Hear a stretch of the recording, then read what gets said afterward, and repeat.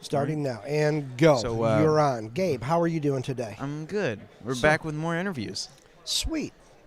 What are we talking about today? Well, we're interviewing. Okay. We're not just talking about stuff. We're just I'm interviewing you. Oh, you're interviewing me? I thought I Yeah. was interviewing you. No. Okay. All right. I'm the Sounds host, good. and you're not. The guest isn't supposed to interview the host, are they? Why not? I mean, yeah, Darren is right. It does depend on the show. I am still wondering where the fern tree is. Anyways, I have no idea what you said, but would you rather shoot spaghetti out of your hands or sneeze meatballs? Oh, sneeze meatballs. And hopefully they'll explode when they hit the person I sneeze on. Honestly, I'm going to answer this question. I would rather shoot spaghetti out of my hands so I can shoot spaghetti at people. Okay. Yeah. Spaghetti fingers? Yeah. So, at what age did you start reading comics? Oh, wow. So I'm old. Probably the oldest one you've interviewed so far.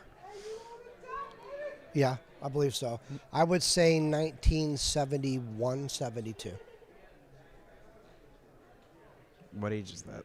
What age is that? Yeah. 10. Okay. Yeah. 10 years old. Okay. That's fair. 10 years old, 8 years old. I'm sure I read more before that. But Yeah. I read some, not a ton. not a ton. I still don't read a ton. I read some, though. There's so many out there. I don't even really have a favorite at all. I have no favorite comic book.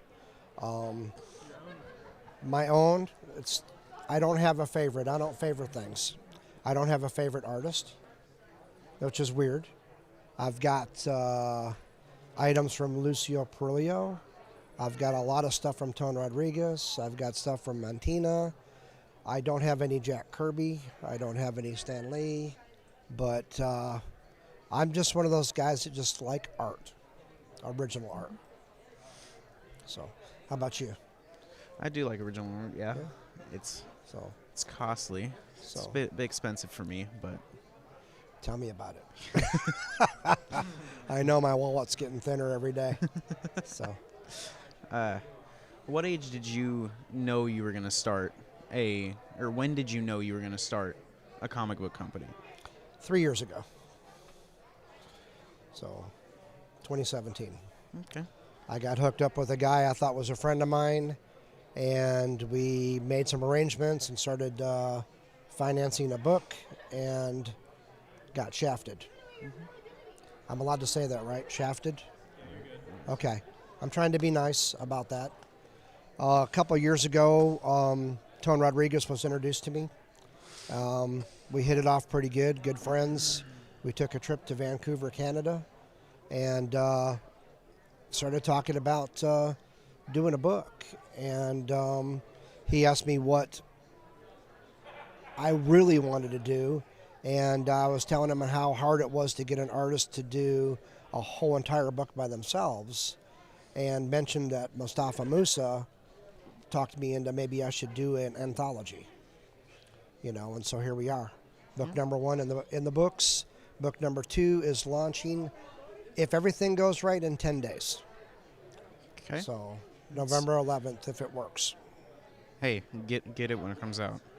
They're good books. So, yeah, so November good. 11th, I believe that I'll be in Arizona, Phoenix, Arizona, doing a store signing at either Gotham City Comics or Samurai Comics for issue 1 with Tone Rodriguez and Albert Morales, and I think that we were going to announce the launching time at that particular moment. Okay. So, yeah, look out for that if you're in Arizona, Phoenix area. So, definitely go check it out. yeah, we've got some good stories coming up. If anybody out there has read issue 1, it was great. We had a lot of fun doing it. We're learning as we go. The second issue is going to have mermaids, spiders instead of rabbits.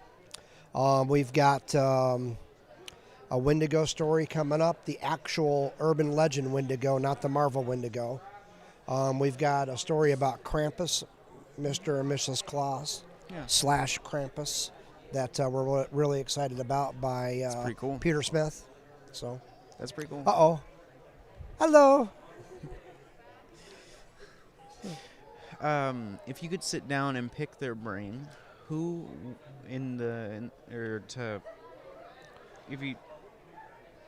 if anybody in the comic industry, who would you sit down and pick their brain, dead or alive?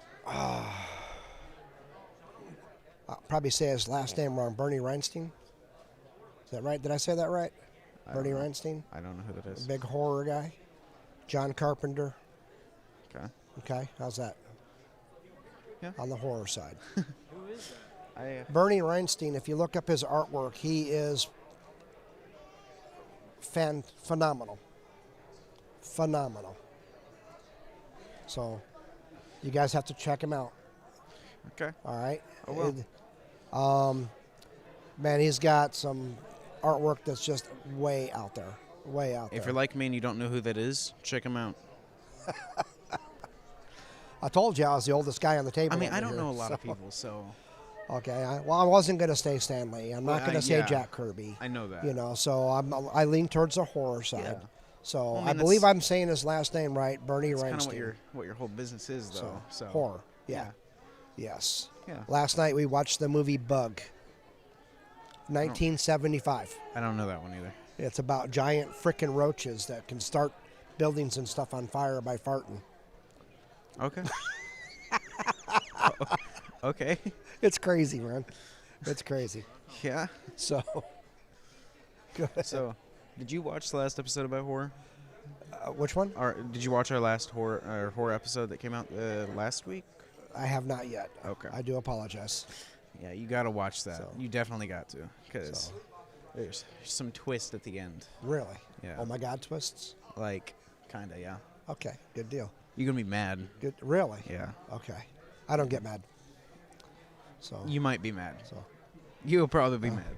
Well, you got to realize I just came off a 2-week vacation in Michigan, and one of the cabins I stayed in, there was an island on a lake, and that island was 600 acres, and they have some of the best Bigfoot tracks out there that were casted back in 1978, the cleanest ones. Mm-hmm. So that was a very nice vacation on that pretty cool. aspect. So, Yeah.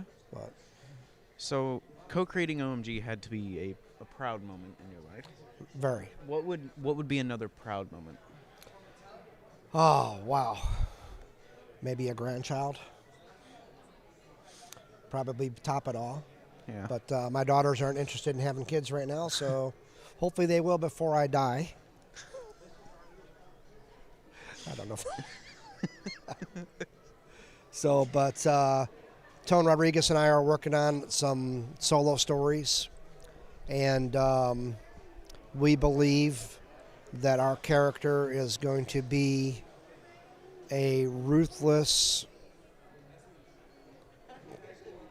vulgar killer, but she's going to be loved by everybody. The villain that everybody loves. Mm-hmm. So. No, I can't say names. So, it's until we get the book out next summer. It's going to go pretty good. And for those of you that don't know, I work with a lot of artists around the world, especially the colors. They're over in Mexico and Canada and Germany and stuff like that. We are going to be looking for new talent as the next year progresses. And we picked up a couple of new writers. Some of you might know Bill Morrison. He's not a new writer. He's an old writer. A lot of credits to him. He's writing some stories for us based off of our plots, along with Danita Mangum. So, and Raven Gregory out of Phoenix. Okay. So, we've been talking about OMG a lot. Right. And some people may not know what the Horror Anthology actually is. And I know that we've gotten some new people today and yesterday, so why not go ahead and explain what OMG Horror Anthology actually is? okay, so we were trying to figure out what to call our horror anthology. And after 4 or 5 days of bantering back and forth with a few people, I just told Tone that we should let's just call it OMG. And he laughed at me, so hilarious, it was funny. He's like, you can't do that. I go, what if we make every story end with the reader having that thought in their mind of, oh my God, whether it's funny, horribly scary, or just outlandish, So, and then it finally stuck. I mean, some of the start of the books are like that. So, and it's just like I said, we have a story in the first issue called Prized Possessions. It's about a crazy redhead girl that believed that she was wronged one way or another by a group of guys, so she sets out on revenge to take them all out. Little does she realize that, it may or may not have happened. Dun, dun, dun. You'll know in issue 13. But in that particular story, there's like 11 oh my gods. Yeah. Not just the end. So for those of you that read our issue, you'll understand what I'm talking about. But I think I know what you're talking about. We've got some really crazy stories in mind, and some of them that they're so stupid that you're gonna laugh and you're gonna say, "Oh my God." All right. So I know you collect. I do. Because I know you have multiple areas that you have part of your collection in. Correct. So, what is your favorite part of your collection? What is your favorite thing that you have? Oh, wow. There's too many favorite things. I collect vintage non-sports trading cards. You know, I couldn't tell you how many Star Wars I have from 77, 78. I probably have a dozen or two of, I believe it's number 207, Series 4, the green card of C-3PO. And I was that close to getting Anthony Anderson to sign it, and he said, "No, I can't do it. That's wrong." Every time we go to a card show, he hands me a stack of cards. He's like, "Those are so cool." And I'm like, "I don't know what this is." True. I don't know what this is. He's like, "I thought you were into cards." I'm like, "No, that's Darren and Mom." Okay. But still, I think they're cool. I just don't know what they are. Right. I was able to pick up some, I want to say it was 1964 Outer Limits cards on my last trip out. So... And the crazy thing about collecting non-sport trading cards is no stores carry them anymore. Mm-hmm. You go to a baseball card shop, they might have something. Walmart, Target, they don't carry what we collect. So we're kind of like left out there having to dig through the deep interweb, and hopefully somebody puts something up for sale and you can nab it for a good price. Mm-hmm. So, but the trading cards are the main thing. Mm-hmm. So what's your favorite of your tattoos that you have? Well, there's one on my back, and I can't show it. Okay.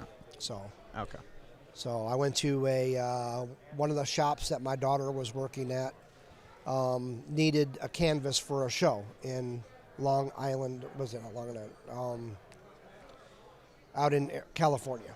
So I went out there, and I have a cartoon style beast of the Wolverine for Michigan Wolverines, and the Michigan emblem with the wing on the helmets and stuff like that. Okay. So rather, one of those tattoos that I'm like, so. Yeah. I just know you've talked about them before, and you. Sorry, sweetheart. All right. So I have one more question. Okay. What do you got? Netflix, Hulu, or Prime? Oh, wow. Well, you forgot Disney Plus, because you got to throw that in there. You got Mandalorian. I would have just said Disney Plus. Right. So I wouldn't even. I know that's the thing. So being that I'm an old school guy, and I don't know if anybody's actually gone through the archives on Disney Plus, but there was old movies on there like the Computer Wore Tennis Shoes that Disney did. That was Kurt Russell when he was a kid doing those things. It was Invisible Man stuff, shows from back then. So, but I'm also really into the Penny Dreadful series, the Lost in Space, the recent one. So Netflix and plus the Old Guard. Oh my God, what a great show! Did you see that one? The Old Guard.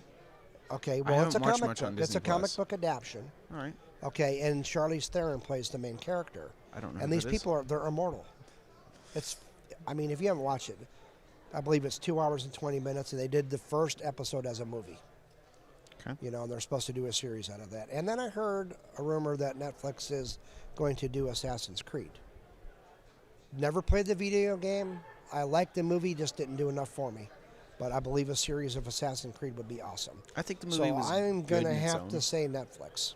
I think the good movie is good on its own. I don't think it should at all tie into the games, which I don't think it does. Right. So, but, so being that Netflix puts out more, I have to say Netflix. You know, Okay. 'Cause on Amazon Prime, the only thing I watch is the Boys. I don't watch that. I don't watch any streaming services really, except for Disney Plus for The Mandalorian. I've never been into the streaming services. Okay. Just, I don't know. I haven't. All right. Favorite video game? It depends. It depends on the time. So back in my day of gaming, they had the Star Wars one that you sat down inside, and then you would go in and go to the Death Star to try to shoot the thing, and it's nothing but you fighting TIE fighters like crazy.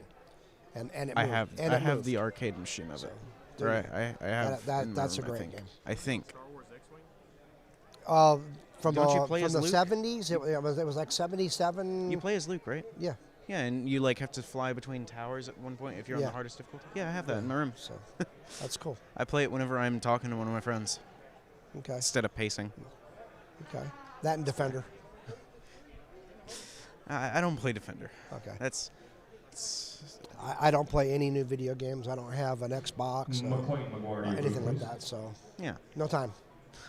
No time. Okay. Well, All right. thank you for Oh, you're being welcome. here today. Appreciate it. Appreciate it. We need to do this more often. Yeah. A lot more. Okay. So every show. Definitely Darren? need more interviews. All right. Thanks, guys.